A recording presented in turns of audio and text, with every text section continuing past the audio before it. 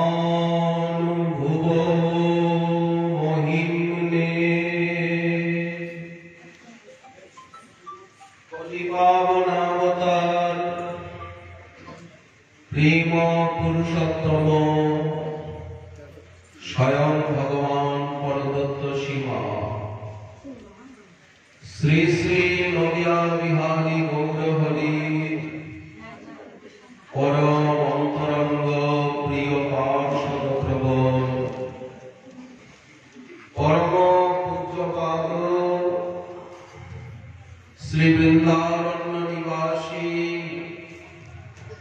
श्रील प्रबोधानंद सरस्वती चरण তিনি তার শ্রী শ্রী রাধা রসসুধানিধি গ্রন্থে দ্বিতীয় সংখ্যক শ্লোকে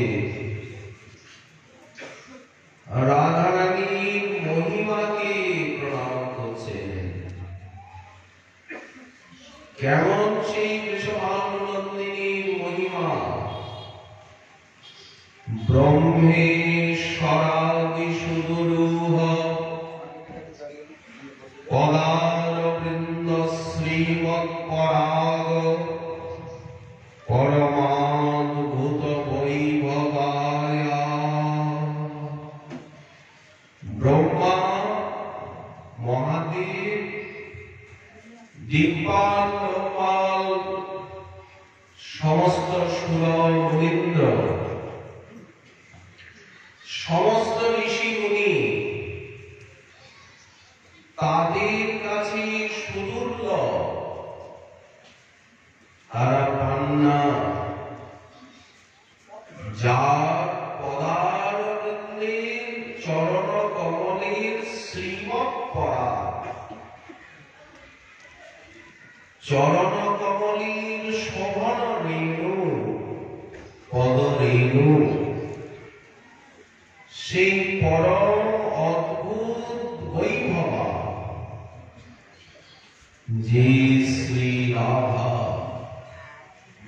যার বৈভবের কোন সীমাই নেই,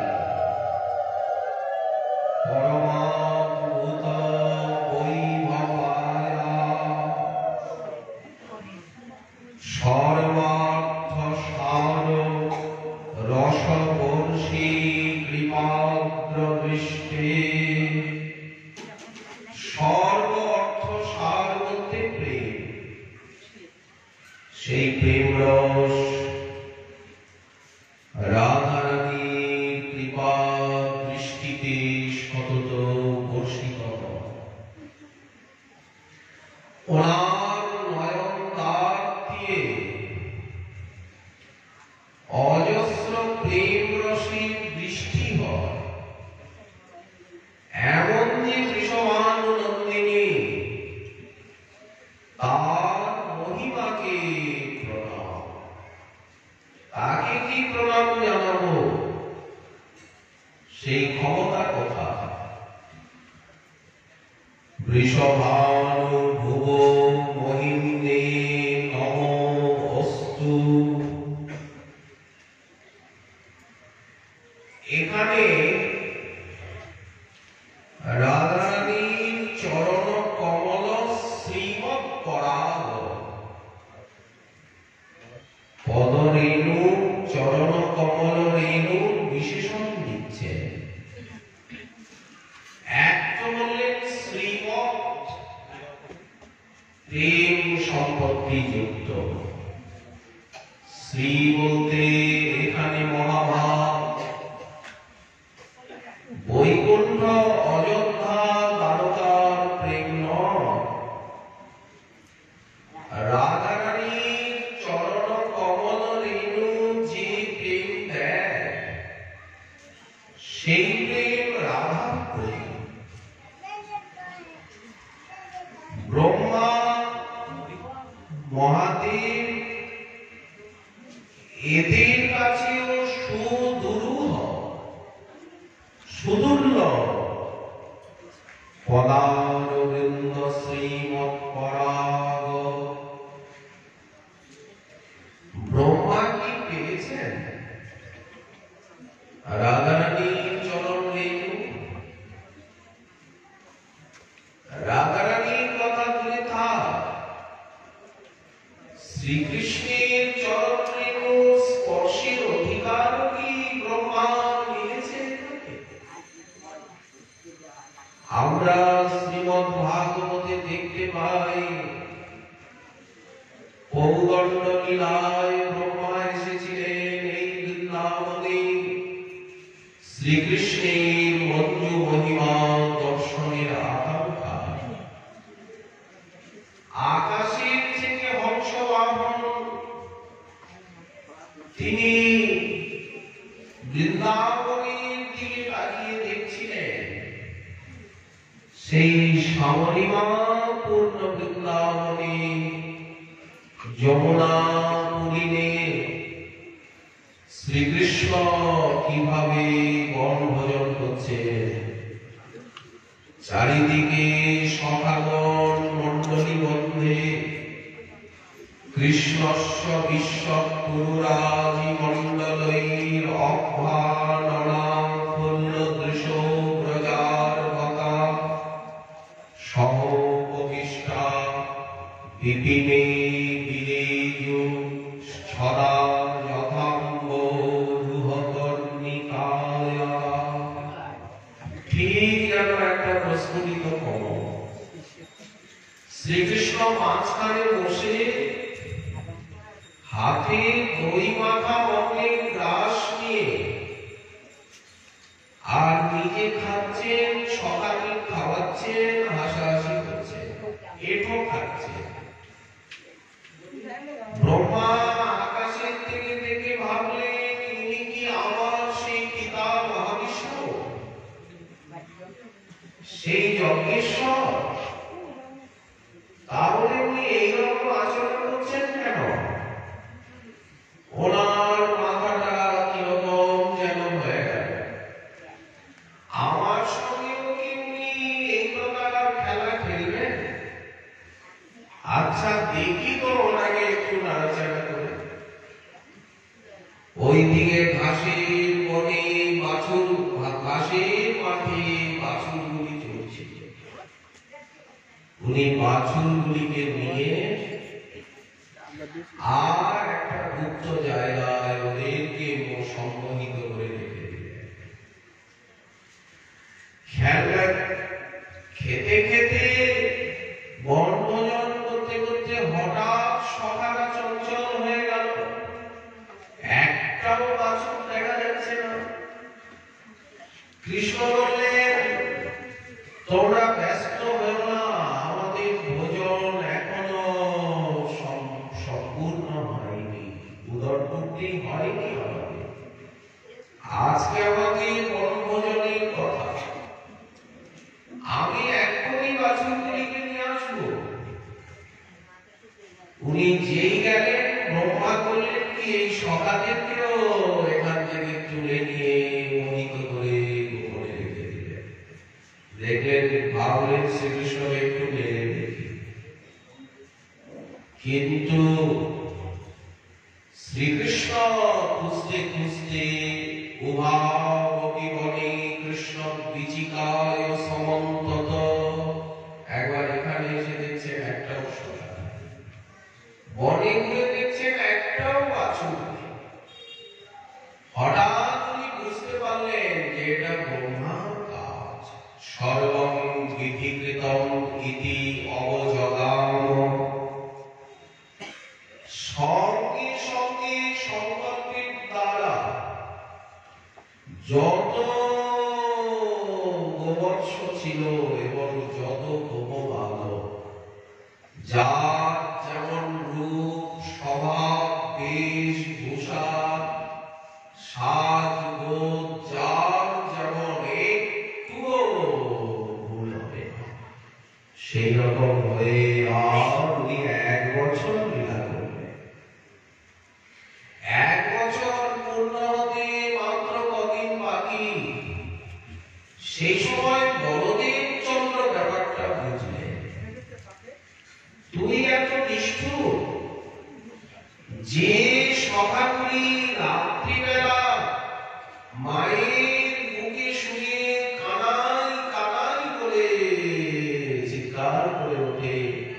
মা বলেন এখন অনেক রাত্রি, কানাই বিশ্রাম করছে, তুই একটু ঘুমো। ঘুমের মাঝে কি স্বপ্ন দেখে কানাই কানাই বলে চিৎকার করে উঠেছে।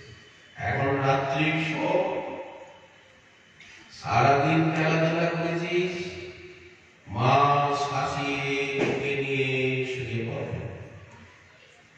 সেই সভাগুলি আজ 1 বছর হয়ে গেল তোর থেকে দূরে, তুই আমাদের একটু বলিসনি। এদিকে ব্রহ্মা গেলেন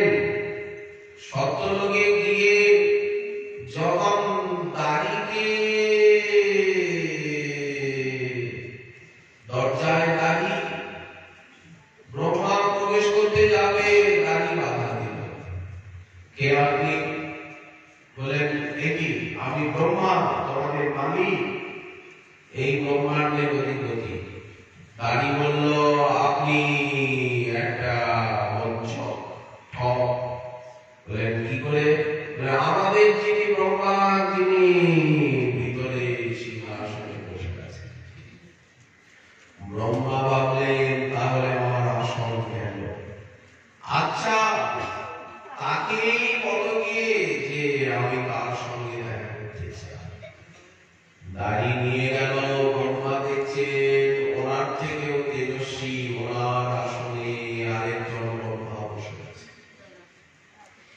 তিনি সব শুনে বললেন যে এই একে গলায় ধাক্কা দিয়ে অর্ধচন্দ্র দিয়ে বের করে।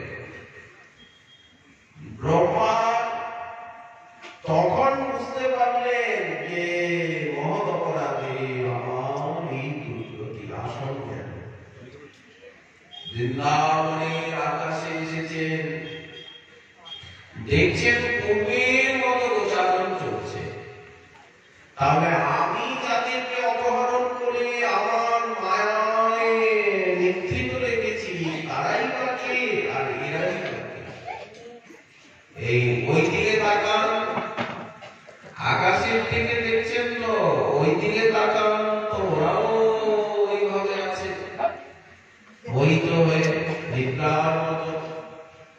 আর এই দিকে তাকান, দেখেন গোচারণ চলছে। হঠাৎ দৃশ্যের পরিবর্তন হয়ে গেল। যখন উনি এদিক ওদিক করছেন, নির্ণয় করতে পারছেন না যে কোনটা ঠিক কোনটা বেঠিক। হঠাৎ দেখতে পেলেন যে অসংখ্য নারায়ণ মূর্তি, প্রত্যেকটি সখা নারায়ণ, প্রত্যেকটি গোবৎস, এমনকি হাতের লাঠিটা পর্যন্ত, গলার ঘণ্টিটা পর্যন্ত, পাগড়িটা পর্যন্ত, ফুলটা পর্যন্ত, এমনকি বাছুরের পুচ্ছটা পর্যন্ত। এক এক নারায়ণের মধ্যে, একটা বাছুরের মধ্যে দেখছেন কতগুলি নারায়ণ। সকাল ভিতরে নারায়ণ, এত অগণিত নারায়ণ মূর্তি। আর প্রত্যেক নারায়ণ মূর্তির কাছে কাছে ব্রহ্মাণ্ডের সমগ্র ঐশ্বর্য, সমগ্র শক্তি সেখানে। এত তেজ, এত ছটা, এত কান্তি। আর ব্রহ্মা সইতে পারে, অস্থির লাগছে শরীরটা, মাথাটা ঘুরাচ্ছে, ঘেমে অস্থির। ওই যে সাদা ধবধবে বড় হাঁস, সেই রাজহংসের উপরে লাল টুকটুকি রজনী ব্রহ্মা ওই মূর্ছিত হয়ে পড়বে। হাঁসের উপরেই মূর্ছা। যখন মূর্ছা ভাঙল তখন দেখছেন কেউ একা কৃষ্ণ, আর হাতে সেই দধি মাখা অন্যের গ্রাস। 1 বছর আগে ভোজন করছিলেন, মা দই ভাত প্রস্তুত করে দিয়েছিলেন।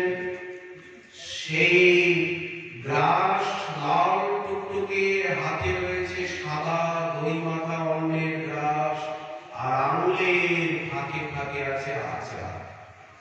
ভোজন করছিলেন, সেইভাবেই চলে গেছেন। বাঁশিটা বোঝা, বিভ্রত বেয়নু জঠর পটয় শৃঙ্গ ক্ষেত্রে কক্ষে। কক্ষে রয়েছে শৃঙ্গা, শৃঙ্গী আর ক্ষেত্র আছে। একা দাঁড়িয়ে আছে। সুখদেব বর্ণনা করছে বৃন্দাবন সমলিমাপূর্ণ। ব্রহ্মা দিচ্ছে যেখানে হিংসা নেই, রজতম গুণ নেই। নৈসর্গিক ভাবে বৈরতা শূন্য। সর্প ময়ূর একসঙ্গে খেলা করছে। ব্যাঘ্র, হরিণ, যেখানে হিংসা নেই। ব্রহ্মা আকাশের থেকে দেখছেন বৃন্দাবনের শোভা। তত্রদ্বহৎ পশুপবংশ শিশুত্তনাট্যম ব্রহ্মদ্বয়ং পরমনন্তমগাধবোধম বৎসান সখিনিব পুরা পরিত সপানি কবল পরমেষ্ঠচষ্ট।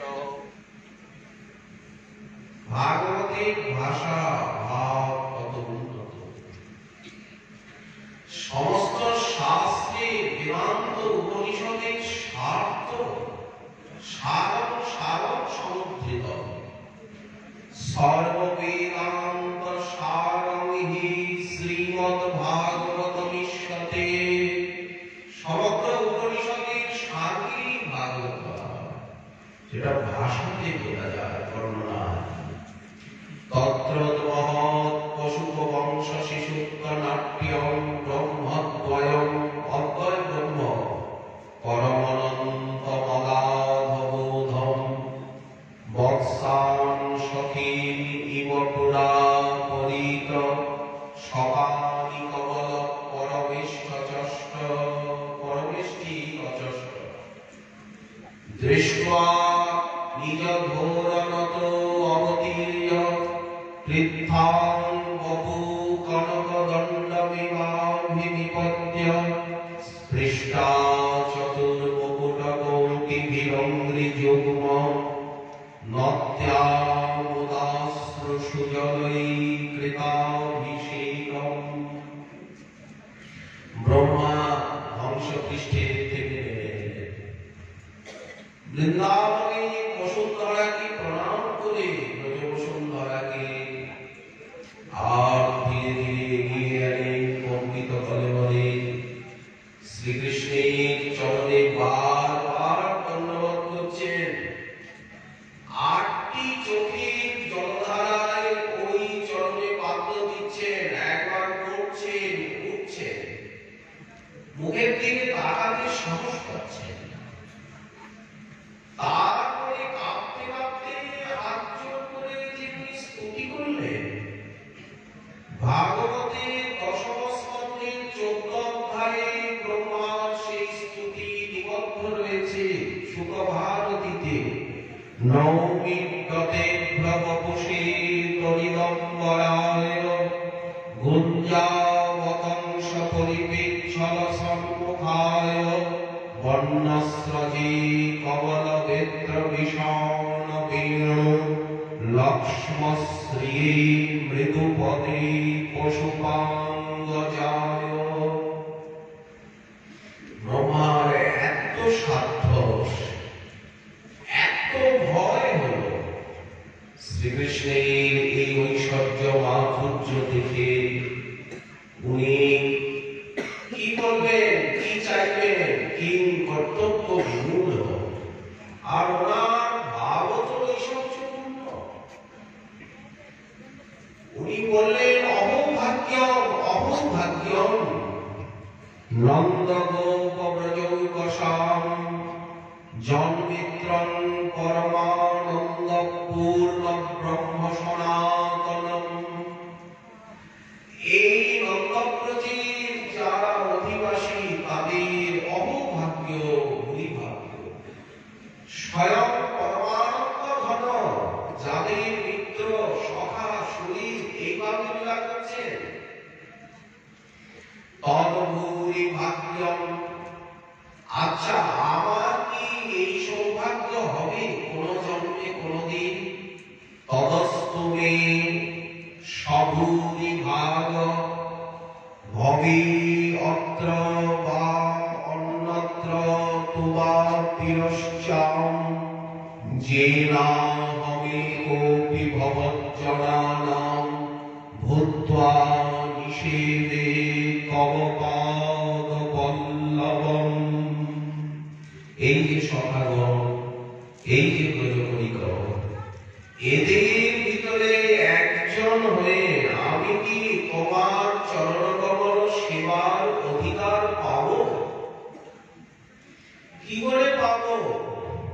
আমি তো বহিরঙ্গ ব্যক্তি, আমার দ্বারা কি পাওয়া সম্ভব?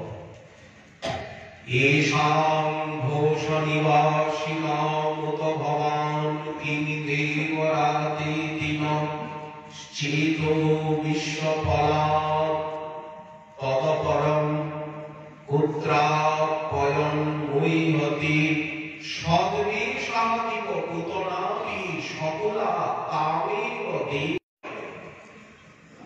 কপটভাবে ব্রজরমণীগণের বেশভূষা ধারণ করে পুতনা সবংশে তোমাকে পেয়েছে।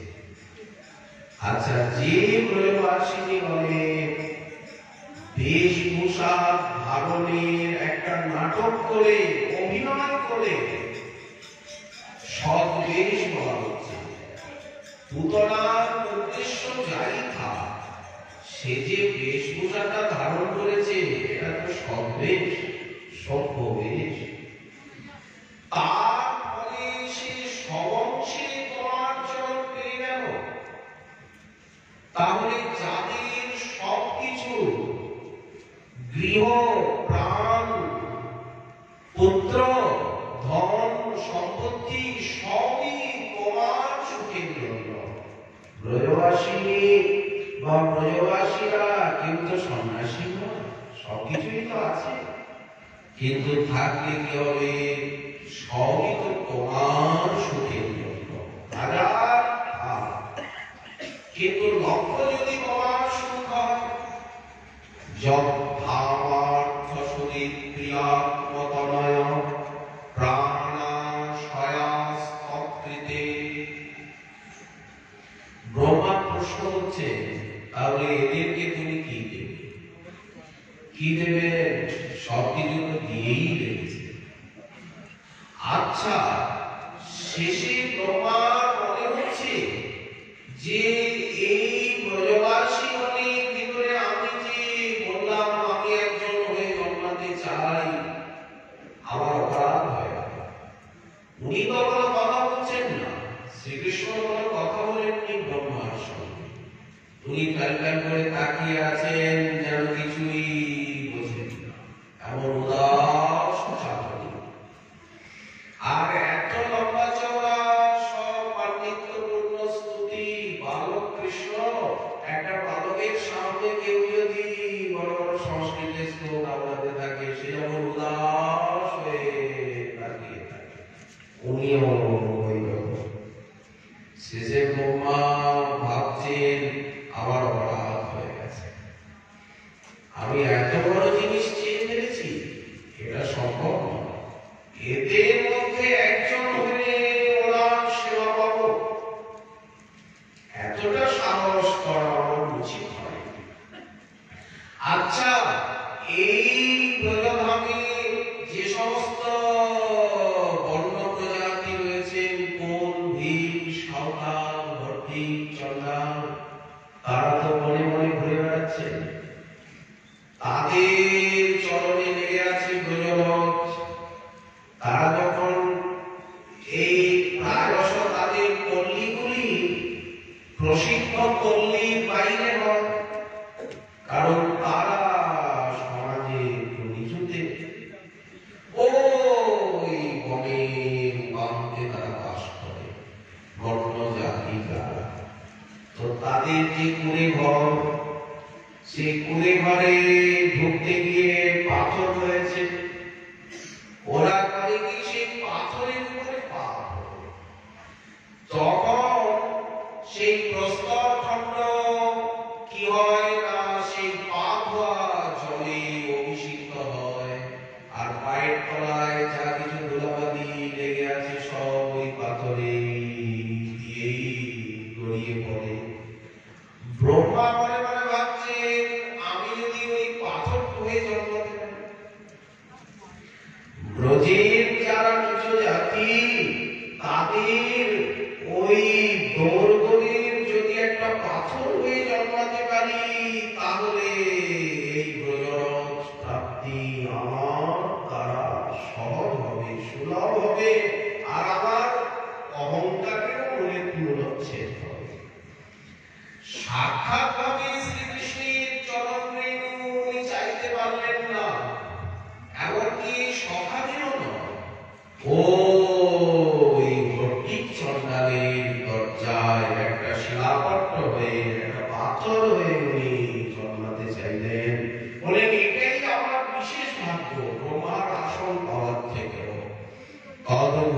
ভূরি ভাগ্যমিহ জন্ম কিমপটব্যাম যদ গোকুলে কতমাঙ্গি রজোভিষেকম যদ জীবিতন্তু নিখিলম ভগবান মুকুন্দ অদ্যাপি যৎ পদরজ শ্রুতিভৃত্যমেব।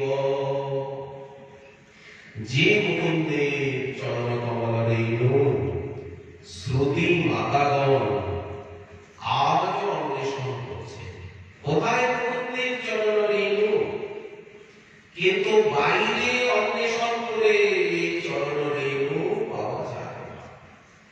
এই চরণ রেণু কোথায় আছে বলে এই বৃন্দাবন ধামে, যেখানে তার লীলাস্থলী, যেখানে উনি আছেন সেইখানেই চরণ রেণু সুলভ, অন্যত্র দুর্লভ। এখানে জন্ম না নিলে সেই চরণ রেণু কখনোই সহজতায় ফিরবে না। যাই হোক, ভগবান তো কোনো উত্তর দিলেন না, চুপচাপই রইলেন। যা বলার এক পক্ষের থেকে বলা হলো, ব্রহ্মা বিদায় নিলেন। আর তো আসেনি। ভাগবতে ব্রহ্মা যে আর সে এইভাবে প্রত্যক্ষে সাক্ষাৎকার হয়েছে এটা পাওয়া যায় না। রাধারানীর চরণ রেণু কোথায়? রাধারানীর চরণ রেণু সম্বন্ধে কোন বক্তব্য ব্রহ্মার ভাগবতে নেই। অবশ্য এই কথা কেউ যেন না মনে করেন যে ব্রহ্মা জানেন না। ব্রহ্মা দুর্লভতাটা দেখাচ্ছে। ব্রহ্মা তো ভগবানের পুত্র, আদি শিষ্য, আদি গুরু, সম্প্রদায়ের আচার্য, কিন্তু দুর্লভতাটা দেখাচ্ছেন ভাগবতেরও তো আদি গুরু ব্রহ্মা। ওইভাবে চলবে না, বলবার তাৎপর্য ঐশ্বর্য ভাবে রাধারানীর কোন সারা শব্দ পাওয়া যায় না। ব্রহ্মেশ্বরাদি সুগুরু অপদার বৃন্দ শ্রীমৎ পরাগ পরমাদ্ভুত বৈভবায়া। এই অব্দি একটা সমানবদ্ধ। আচ্ছা, এখানে ঈশ্বর বলতে ব্রহ্মার কথা তো আমরা পেলাম না। ঈশ্বর বলতে শ্রীমৎ মহাদেব। মহাদেব তো ঈশ্বর তত্ত্ব, ভগবানেরই গুণাবতার। ব্রহ্মা যেমন গুণাবতার, মহাদেবও গুণাবতার। তবে ব্রহ্মার থেকে মহাদেবের গুরুত্ব আরো বেশি। উনি প্রেম ভক্তি রসময় বৈষ্ণবরাজ। উনি যে বৃন্দাবনে এলেন, রাধারানীর পদরেণু, শ্রীকৃষ্ণের পদরেণু কামনায়, তো সোজাসুজি কি উনি পেলেন? পেলেন তো না। উনি মনে মনে ভাবলেন, নাই বা পেলাম সোজাসুজি, একটু আধটু ছিটে পড়া আশাদত্ত পেলাম, এইটুকুই যথেষ্ট। এই মহান আশাস্থলীর দ্বারে বসে আমি রাধা পদরেণু, কৃষ্ণ পদরেণু লাভের জন্য সাধন করব। উনি সেই ব্রহ্মকুণ্ড তটে কেশিঘাটের অনতি দূরে বংশীবটে উনি বসে গেলেন। মাত্র বসে যাওয়ার স্বভাব। উনি তো যোগীশ্বর, একবার যদি বসেন তো বসেনি, উনি আর উঠলেন না। ওইখানে বসেই আছে, বসেই আছে। বসে থাকলেই কি হবে? কিন্তু ওনার যে সাধনা করে করা স্বভাব, বসে থাকা স্বভাব, ওইখানে ঠাই বসে গেলেন, আর গেলেনই না। শ্রীকৃষ্ণ বললেন, ভালো কথা, যখন আপনি বসেই গেছেন তো আবার এই ব্রজধামে আপনি সংরক্ষক হও, ক্ষেত্রপাল।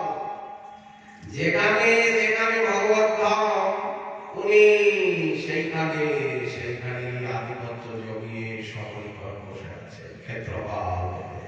নীলাচলেও কোটিলিঙ্গেশ্বর, ভুবনেশ্বর হয়ে নীলাচলের যায় ওখানে বসে আছে। তো শ্রীকৃষ্ণ বললেন বেশ ভালো কথা, বসে থাকুন। এদিকে হলো কি, সবাই যখন জানতে পারলেন যে এখানে মহাদেব বসে আছেন, রাধারানী সখীগণ তারাও জানলেন, এইবার তারা মহাদেবের পুজো করতে আরম্ভ করলেন। ওনাকে ধরো, ওরা পুজো করলে আমরা সহজে শ্রীকৃষ্ণকে পাবো। উল্টো হয়ে এখানে যাদের চরণ রেণু নিতে উনি এসেছেন, তারা ওনার পুজো আরম্ভ করলেন। আর গোপী পদরেণু পাওয়া হলো না, উনি পুজো নিতে নিতে ধন্যবাদ নিতে নিতে অস্থির হয়ে গেলেন। নাম হয়ে গেল গোপীশ্বর। বৃন্দাবনা গণিপতে, বৃন্দাবন গণে উনি অগণিপতি। জয় সৌম সৌম মৌলে সনাতন নারদীর্ঘ ব্রজবিলাসী যুগাঙ্গি পদ্মে। উনি হচ্ছেন সোম, সোমনাথ, সোমেশ্বর, আবার সৌমমৌলি, চন্দ্রমৌলি। নারদ সনক সনন্দনাদির দ্বারা বন্দনীয় উনি। তুমি কৃপা করে সেই ব্রজবিলাসী রাধা মাধবের চরণে নিরুপাধি প্রেম প্রদান করো। এই হচ্ছে গোপীশ্বরের প্রণাম মন্ত্র। সকলে এসে স্তবস্তুতি করছেন। জয়তি গোপীশ্বর জয়তি দিগম্বর, তুয়া পদে বড় মাগি। যেন নিতাই গৌর গুণগানে মত্ত থাকি রাত্রি দিনে, সদাই হইয়া অনুরাগী। এই শিবরাত্রির দিন গোপীশ্বরকে জল দিয়ে পুজো করে এইসব গান করতে হয়। সবাই ভক্তেরা গিয়ে ওনাকে প্রণাম করছে, বন্দনা করছে, আশুতোষকে বলছেন নিতাই গৌর গুণগানে যেন মত্ত থাকি রাত্রি দিনে, সদাই হইয়া অনুরাগী। রাধা কৃষ্ণ শ্রীচরণ স্মরে যেন মোর মন, তিল আঘর না যায় অন্যত্র। ব্রজলীলা রসকেদি গান করি ভক্ত মেদি। এই বর দেহ মহাশয় আমার অশেষ দোষ, ওগো তুমি হও আশুতোষ। কৃপা বলে নিবেদিত মায়, মনুষ্য জীবন পাইলাম আমি নিজ বহু না ভজিলাম। পরিণামে না দেখি উপায়, তুমি এই কৃপা করো। ঠাকুর বৈষ্ণবগণ কৃপা যেন করেন আমায়। পুজো নিতে নিতে, সম্মান নিতে নিতে আর হয়রান হতে হলো। কারা পুজো করছে? স্বয়ং রাসনায়িকা ব্রজাঙ্গনা গোপীজন এসে সকলে জানলে ওনার মহিমা। এই জন্য গোপীশ্বর খ্যাতি হয়ে গেল। না কৃষ্ণের চরণে রূপ পেলেন, না রাধারানীর চরণে রূপ পেলেন। ছোট না হলে তো আর পাওয়া যাবে না চরণ রেণু। ওনারা তো ওনাকে ঈশ্বর বানিয়ে আরাধনা করছে। আরো বিপদে পড়ে গেলেন। তথাপি মনে মনে ভাবছেন এই স্থান ছেড়ে যাব না, এই মহারাষ্ট্রস্থলী, এই বংশীব। ওদেরকে বড় দিচ্ছেন, বলেন এইভাবেই সেবা করি আমি। এইখানে বসে, তাও তো এক জায়গায় বসে দর্শন পাচ্ছি, ওই রাজস্থানের বাড়িতে থেকে আর সেই রাসলীলাকে দর্শন করছি। সাক্ষাৎ ভাবে নাই পাবে একটা প্রকাশে আবার পাচ্ছেন, আবার দুর্লভতা দেখাচ্ছেন, পাচ্ছেন না। তাহলে রাধারানীর চরণ রেণু পাওয়া কি অত সহজ? ব্রহ্মেশ্বরাদি সুদূরহ। এখানে ঈশ্বর বলতে শ্রীকৃষ্ণ বলতে, শ্রীকৃষ্ণ রাধারানীর চরণ রেণু সহসা পান না। উনিও রাধারানীর চরণ রেণু চান, ওই চরণে অবনত হতে চান। এই জন্যই অগণিত ভক্তমানে আছে যে ছদ্মবেশে জয়দেবের রূপ ধারণ করে এসে উনি তো লিখতে সাহস পাচ্ছিলেন না, উনি স্নানে গেছেন আর উনি গোবিন্দের রূপ ধরে এসে পদ্মাবতী তাড়াতাড়ি কুটিটা উনি ভিতরে গিয়ে আর নিজেই লিখে দিলেন দেবী পদ পল্লব মুদারম। লিখেন কিনা? লিখে নিরুদ্দেশ। আর এদিকে জয়দেব স্নান করে এসে এখন পদ্মাবতী গঙ্গায় পড়ে গেছে, উনি কে জানেন কে? তখন উনি স্পষ্ট করলেন যে আগে যিনি এসেছিলেন উনি আমি নই। আর তাড়াতাড়ি পুঁথি খুলে দেখলেন যে উনি নিজে লিখে দিয়ে গেছেন তমসি মম জীবনম তমসি মম ভূষণম তমসি মম ভব জলধি রত্নম স্মরগরল খণ্ডনম মম শিরসি মণ্ডনম রাধে দেহি পদ পল্লবম উদারম। গোবিন্দ কি পান রাধারানীর চরণ রেণু? চেষ্টা করেন, কখন চেষ্টা করেন? যখন রাধারানী মানিনী হন, কথাবার্তা নাই, কোন সাহস সম্মান নাই, এক সেই বিশাল ঘোমটাকে নিয়ে রাধারানী কাঁদছিলেন অবগুণ্ঠন প্রতি। তখন চরণের তলায় বসে চাহ মুখ তুলি রায় চাহ মুখ তুলি। আর কি উনি মুখ তুলে তাকান? কেন তাকাবেন? ওর সঙ্গে জীবনে কোনোদিন কথা বলবো না, ওর দিকে তাকাবো না, ওকে ছোঁবো না, প্রতিজ্ঞা করছি কোনোদিন ওর মুখ দেখবো না, ওর সঙ্গে আর কোনোদিন জীবনে কথা বলবো না, ওকে ছোঁবো না। তোমরা সাক্ষী হইবে। সখীগণ মুখ টিপে হাসছেন যে কি আমরা সাক্ষী। এই এর মধ্যে শ্রীকৃষ্ণ এসেছেন, চরণ তলায় নিবেদিত হয়ে কত ক্ষমা চাইছেন।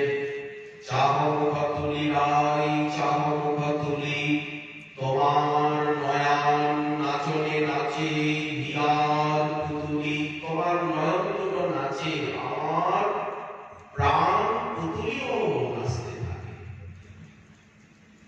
এই কত বড় খুশি। আর আমাকে তুমি কত পরীক্ষা করবে? আচ্ছা, কোনো কারণে আমি তোমাকে সময় দিয়েছিলাম, হয়তো পৌঁছাতে পারিনি, তার জন্য এতটা রাগ, এতখানি ক্রোধ, একেবারে চণ্ডী। এই কত বড় খুশি। আর আমি এই যে বিদ্যুৎলীয়টা করেছি কেন? বিদ বিন্ধন মোর দুয়া অভিলাষে পরাণ চমকে যদি ছাড়হ নিঃশ্বাসে। তুমি আমার পাশে বসে আছো, আমি লক্ষ্য করলাম যে তুমি আমার সঙ্গে কথা বলছো না, তখনই আমার বুকটা দুরদুর করে কাঁপে। একটা দীর্ঘ নিঃশ্বাস ফেললে সঙ্গে সঙ্গে আমি চমকে উঠলাম, নিশ্চয়ই আমার কথাবার্তায় ব্যবহারে তুমি দুঃখ পেয়েছো। তা না হলে তুমি দীর্ঘ নিঃশ্বাস ছাড়লে কেন? পরাণ চমকে যদি ছাড়হ নিঃশ্বাসে। কোনো কথাবার্তা নাই, সারা সত্য খালি পাখির ডাক, ভ্রমণের ঝঙ্কার, ফুলের মিষ্টি সুবাস। হ্যাঁ, এতটুকু শব্দ পেলেন যে রাধারানী ঘোমটাটাকে আরো বেশি টেনে নিলেন, তখন হাতে চুড়িগুলি বাজল। গোবিন্দের মনটা কি যেন নিংড়ে দিল, ভেজা কাপড়টা যেমন নেংড়ায়। কি তত্ত্ব রাধা, ওনার চরণে গোবিন্দ কোথা থেকে পাবে, আর দেবী বা কোথা থেকে পাবে? উনি ঋষি ওই চরণে বৃন্দাবনের সুলভ। এই রাধারানী আরাধনা বৃন্দাবনের সুলভ। বাইরে কোথায়? বাইরে গিয়ে বৃন্দাবনের সীমার বাইরে গিয়ে দেখুন কে আরাধনা করছে। আর এখানে পথঘাটে সকলকে ডাকছে, পুরুষ মানুষও পুরুষকে ডাকছে রাধে বলে, মহিলাও মহিলাকে ডাকছে রাধে বলে, সবাই সবাইকে রাধে।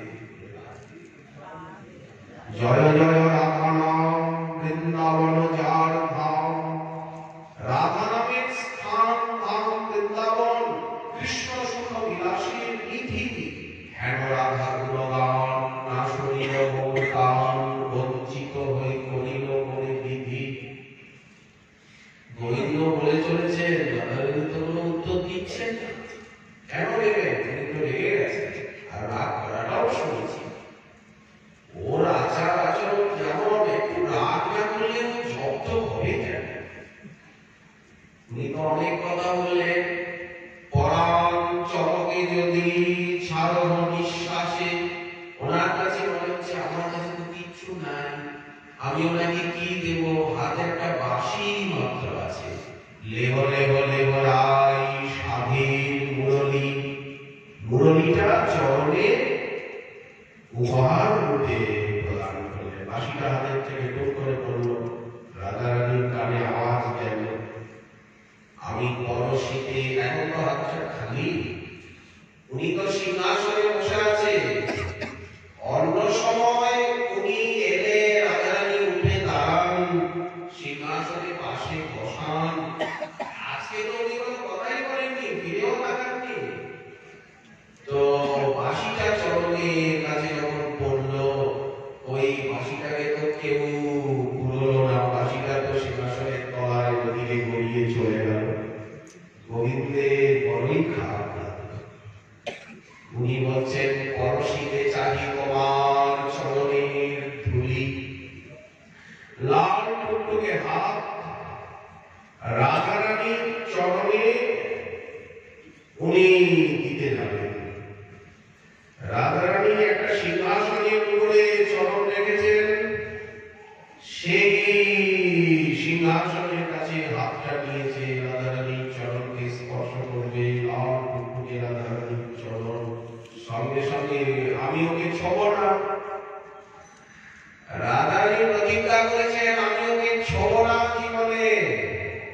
তো উনি চরণটা সরিয়ে নিলেন, নুপুর বেজে উঠল, গোবিন্দের হাতটা লাগলো না। রাধারানী চরণটা ভিতরে নিয়ে নিলেন। পরশীতে চাহি তোমার চরণের ধুলি। যখন হাতটা রাধারানীর চরণটা সরিয়ে নিলেন, হাতে নাগাল পেলেন না, তখন গোবিন্দ কাতু হয়ে বলছেন, এত ধনী ধনী নেই, সেখানে কৃপণ। মানে রাধারানীকে বলছেন, তুমি এত কৃপণ কেন? তুমি রাজ রাজেশ্বরী হয়ে, প্রেম রাজ্যের অধীশ্বরী হয়ে, তুমি এত কৃপণ কেন হলে? এত ধনী ধনী নেই, সেখানে কৃপণ। অনেক ধনী ব্যক্তি রয়েছে, ভীষণ কৃপণ। গোবিন্দ ভাবছেন, রাধারানী এত কৃপণ, একটু পায়ের তুলিও আমাকে দেবেন না? আমি কি তারও অধিকারী নই ওনার চরণ স্পর্শে? জ্ঞান দাস কহে, কেবা জানিবে মরম। এখানে ঈশ্বর শব্দে যদি শ্রীকৃষ্ণকে দেওয়া হয়, তাহলে শ্রীকৃষ্ণেরও দুর্লভ রাধারানীর পদারবিন্দের শ্রীমৎ প্রেম সম্পদ যুক্ত ওই পরা পরমাদ্ভুত বৈভবায়া, এমন অচিন্ত অনন্ত অদ্ভুত বৈভবা ঐশ্বর্যবতী শ্রীরাধা। তুমি যেমন মাধুর্যের অধীশ্বরী, ঐশ্বর্যের অধীশ্বরী, সেই রাধারানীর মহিমাকে প্রণাম। তস্যা নমস্তু বৃষভানুভুব মহিম্নে। তাকে কি প্রণাম করা হবে? আর মহিমাকে প্রণাম। আর মহিমার জ্ঞান আগে যে কে আরাধ্য দেবী, কার আরাধনা, বৃন্দাবন কার নিত্য বিহার ভূমি, এর আগে অনুধাবন, এরই জ্ঞান প্রয়োজন। শ্রীমন মহাপ্রভুর কৃপা হলে আগামীকাল